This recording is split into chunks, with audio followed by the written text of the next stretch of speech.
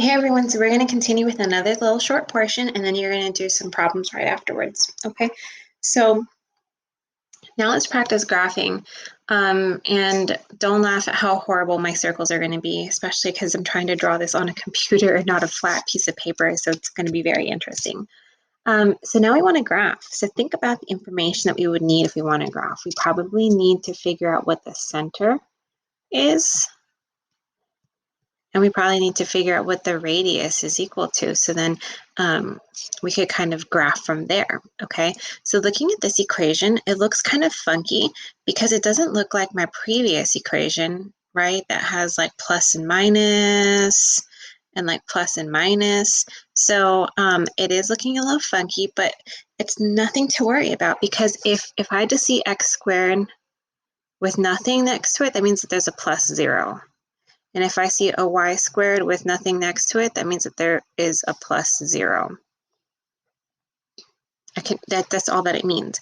So what that's telling me is that my center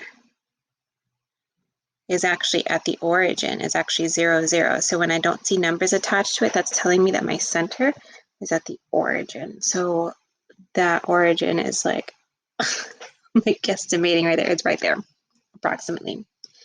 The next thing that we need to figure out is the radius. Remember that this number is not the radius, that this number is radius squared. So I'm going to square root both sides to figure out what the radius is equal to.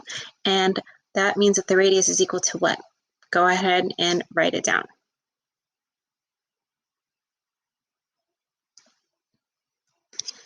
Square root of 36 is 6, so the radius is 6. So what that means from here, the radius goes up 6, so the radius goes up 6.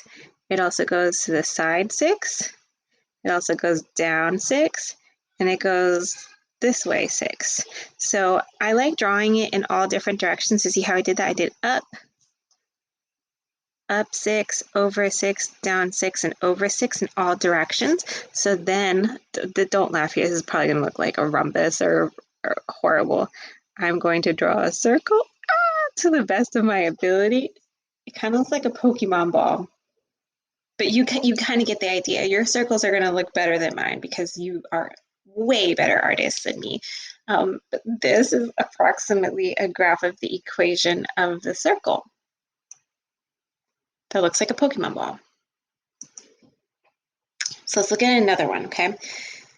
And then we will take a pause. So here I see a couple of different things. Okay, so now I see numbers.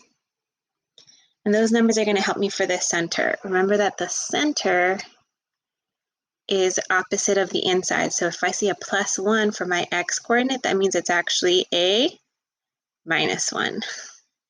And if I see a minus 4 on the inside, that means that the center is actually a positive 4.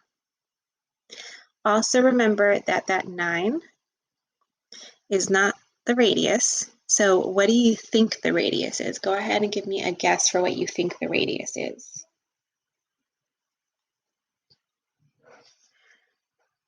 Remember that 9 is in place of r squared in the formula.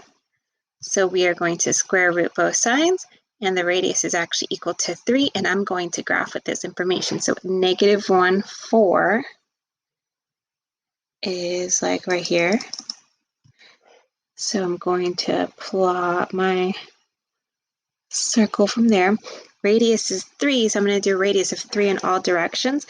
So I'm going to go over 1, 2, 3. I'm going to go up 1, 2, 3. I'm going to go to the side 1, 2, 3. And I'm going to go down 1, 2, 3. And then I'm going to make another Pokeball looking thing.